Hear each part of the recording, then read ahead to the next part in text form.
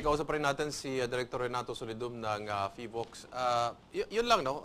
Napag-uusapan lang natin na masarap gawin, no? Na may isang tao, walang bahay, walang matirahan, walang trabaho, natutulungan natin.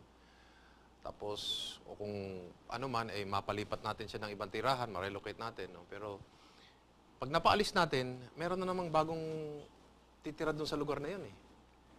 Yun nga ang kailangan gawin na ang totohanan ng relocation program ay hindi lang pagpapaalis, pagkumbinsi sa mga tao na lumikas at tumira sa mas ligtas na lugar na tamang paglagyan, pati na rin dapat yung pagbabawal at pagsisigurado na walang magtatayo uli dyan. At dyan pa rin nakasalalay ang mga programa sa local government. At siguro, narinig ko rin naman sa mga interviews ang DILG na nagsasabi na binibigyan nila ng role ang mga barangay captains. No? Pero dapat talaga programa yan kasi pangmahabaan. Siyempre, depende na yan sa politiko. Every 3 years, nagbabago. Mabuti na lang kung consistent siya at tama yung ginagawang programa. So, dapat talaga, meron talagang batas na nagbabawal sa kanilang mga lugar na magtayo, mga gusali, sa mga specified na lugar na dapat hindi. Director, meron ding mga pag-aaral or I don't know kung ano basihan ni MMDA Chair Francis Tolentino. 18% na lang daw ang green spaces, open spaces dito sa Metro Manila. Could that be one of the causes? Well, unang-una, itong mga green spaces and open spaces, hindi pwede sa isang lugar na puro concrete jungle. Yes. Kailangan natin ng open area for evacuation purposes and of course for our environment. Of course.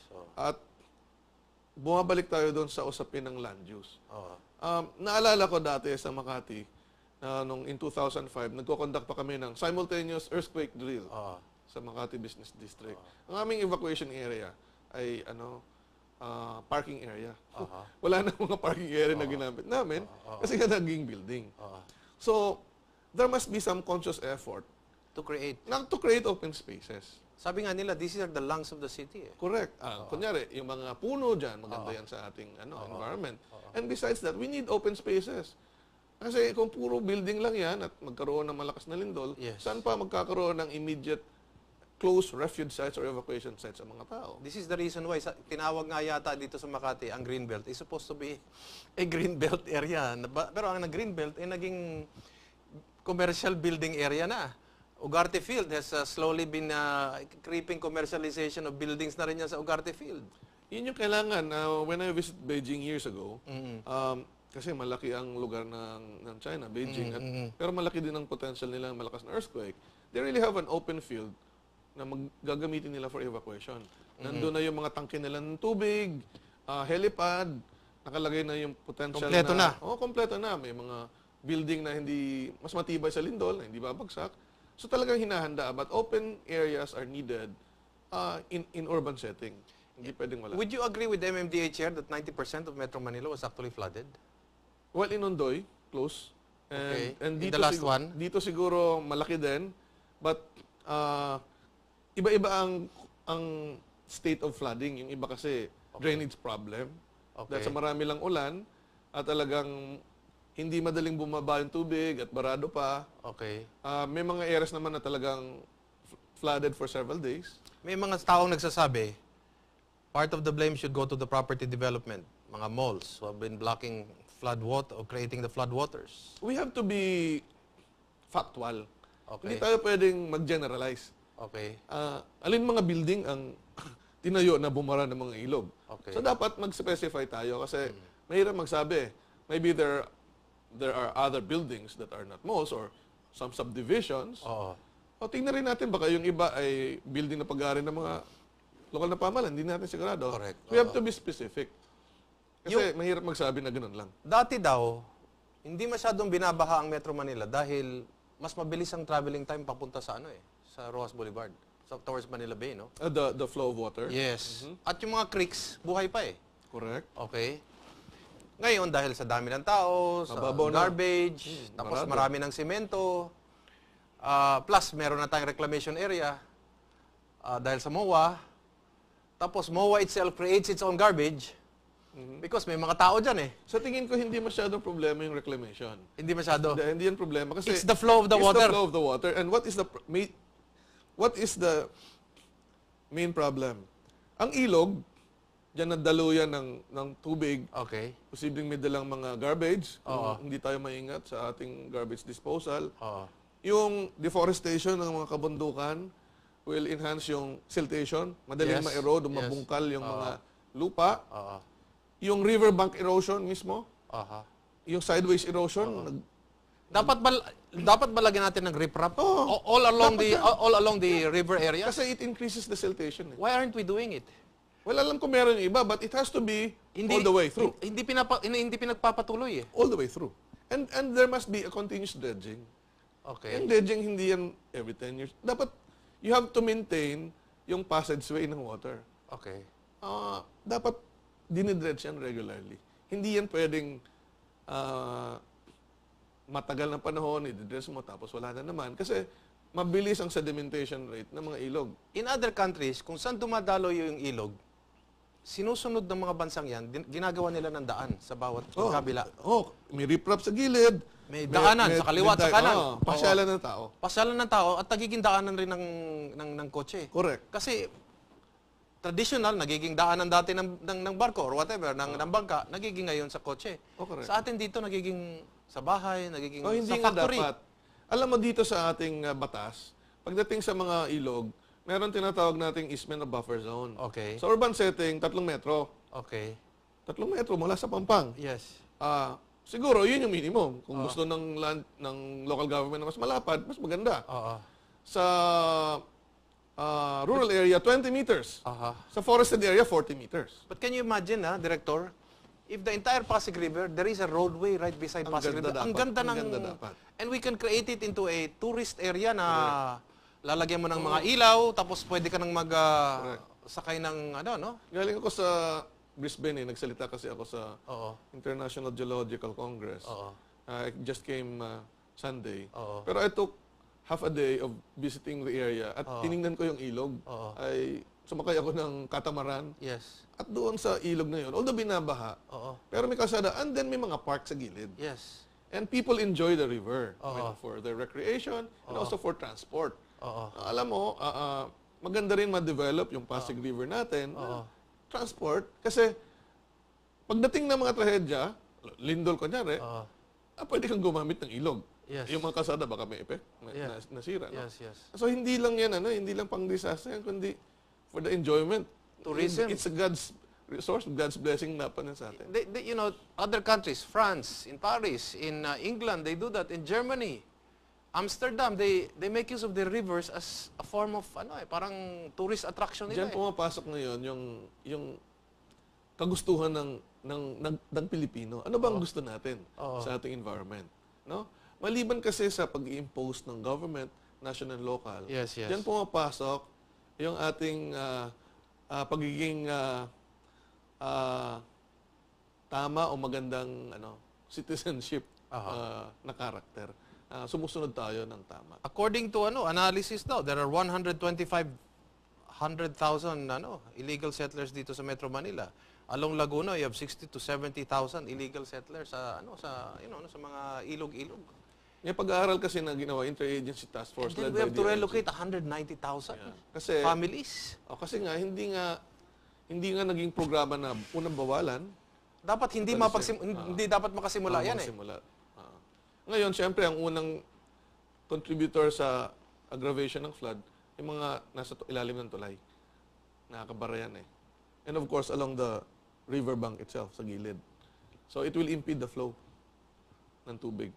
Magbabackflow ngayon yan. Alam nyo ba, Director, na dati yung pabahay along the Riles, pinlano yan all the way up to Bicol?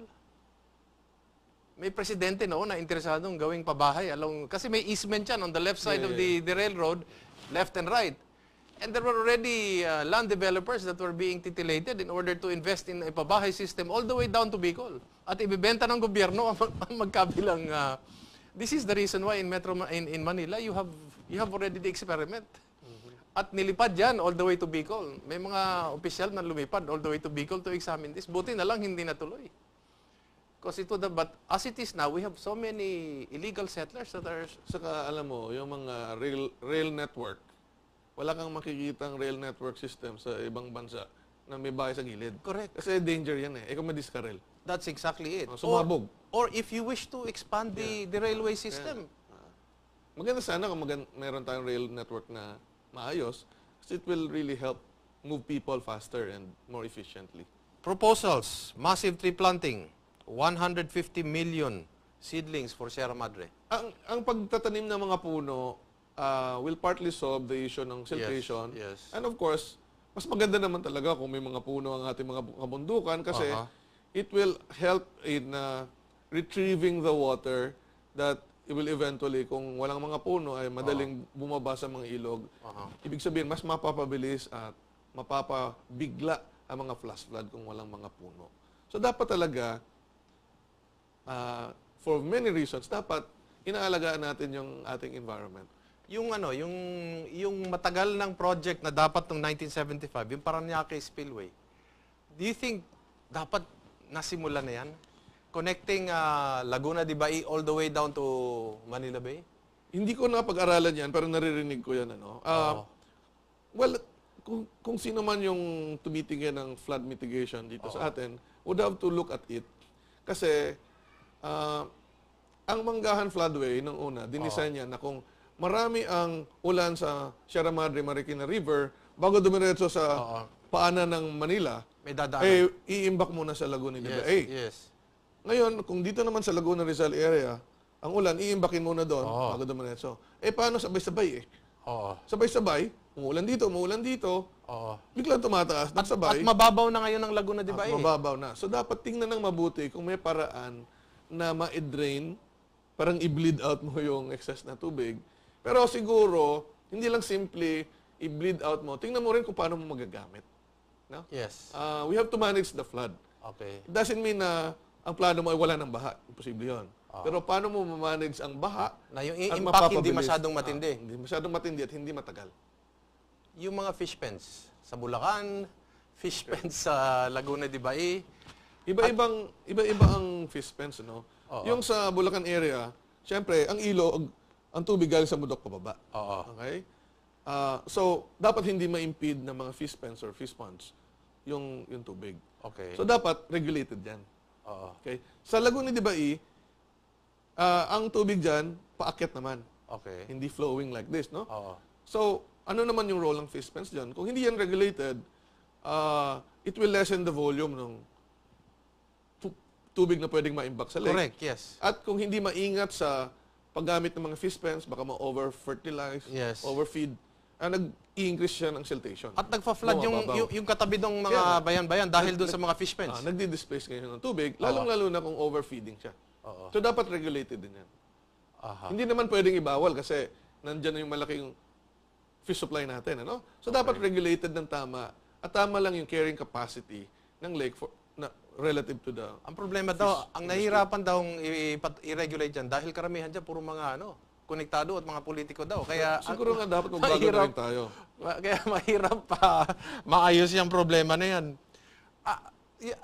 Sa palagay ninyo, kung talagang i-inspeksyonin ho talaga natin yung mga building, yung mga universities, sa palagay niyo, marami siguro tayong mahanap na mga nagva-violate sa... Correct. Yun nga, pagdating sa buildings, building safety, nasa code yan eh.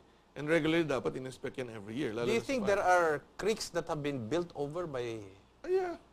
Even universities. I am aware of a university that built over a creek. Yeah, what can be done is look at old maps and look at new maps. Should we recover the old creeks?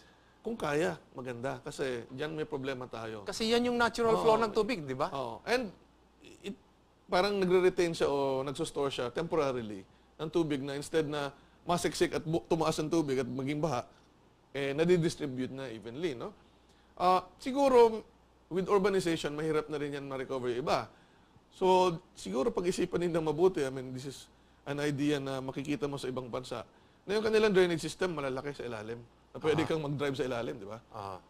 Yung iba naman, may mga storm drain na malalaki. Na mayroon kang parang butas na malaki na dyan muna yung mga tubig. But it will also entail some cost. So, pag-aralan lang kung ano mga pwedeng gawin pa. MMDA Chair Francis Tolentino says, short of admitting there is no solution, gumawa na lang daw ng iba't ibang mga cities around Metro Manila. Well, that is one.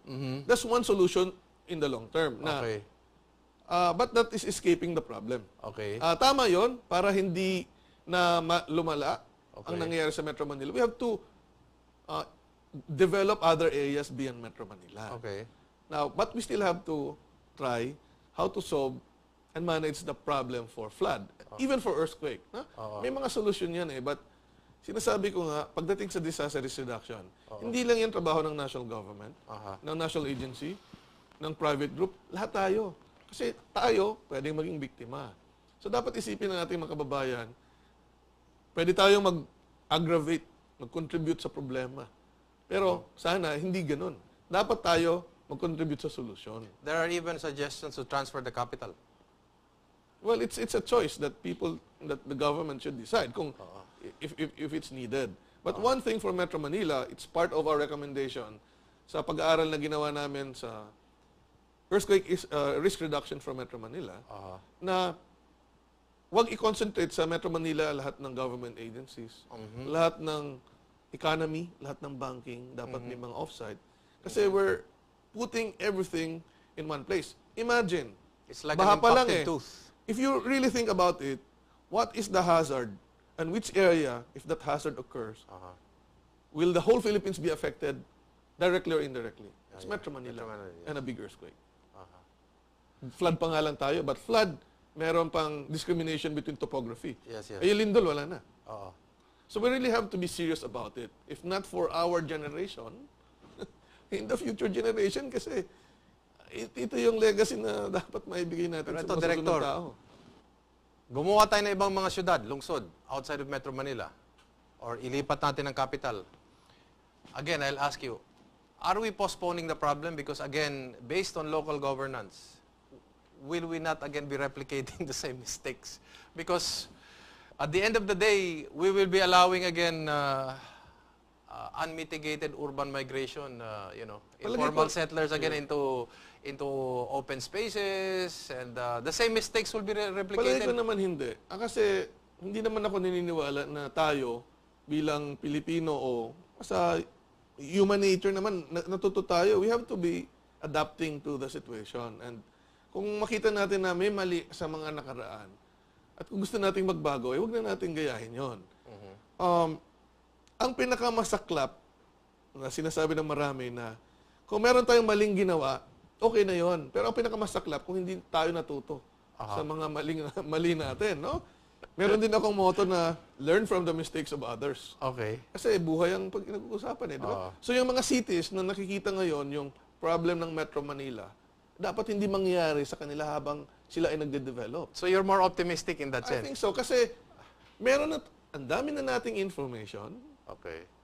ang dami nating kakayahan, kailangan lang nating magkaroon ng plano na lahat ay susunod para naman mapababa na yung potential na negative effect ng mga panganib dito sa atin. Ang worry ko lang kasi is, ilipat mo yung capital, nakikita ko na kaagad yung pagpasok ng mga urban developers kasi that is land speculation right there and then. Aakit ang mga presyo dyan kasi nilipat mo yung capital niyan. Una yan. Pangalawa, that would be a magnet for jobless individuals, etc. Kaya etc. dapat makontrol na kaagad. Number 3, a politician will always understand the color of the money and the color of your vote. So kung captured constituency ka, wala kang bahay, wala kang matirahan. Palagay ko naman, marami na tayong progressive na politician. Sana. Marami na tayo, marami na akong nakita. And I'm not losing hope na yung mga nakita na nating hindi dapat tularan, hindi na dapat tutularan. No, I think we can overcome those barriers. Kasi dito sa Metro Manila, sana mas makakita tayo ng mga ganong klaseng mga kandidato or mga ganong klaseng mga public officials. And I'd like to use the word na ginagamit sa hinihiram ko itong salitang ito sa Iglesia ni Cristo. Maganda yung terminology na ginagamit nila. Hindi disiplina ginagamit nila May kaayusan I like the term order. May kaayusan sa lahat ng bagay. At hindi pwedeng gamitin yung kahirapan or dahil nakakaawa or dahil walang pabahay o dahil walang as a reason to do practically anything and everything. Hindi tayo pwedeng gumawa ng bagay na gusto lang nating gawin. Diba? Dapat iniisip din natin ang kapakanan ng ating ibang mga kababayan Oo. na yung ating bang ginagawa ay makakaapekto sa iba.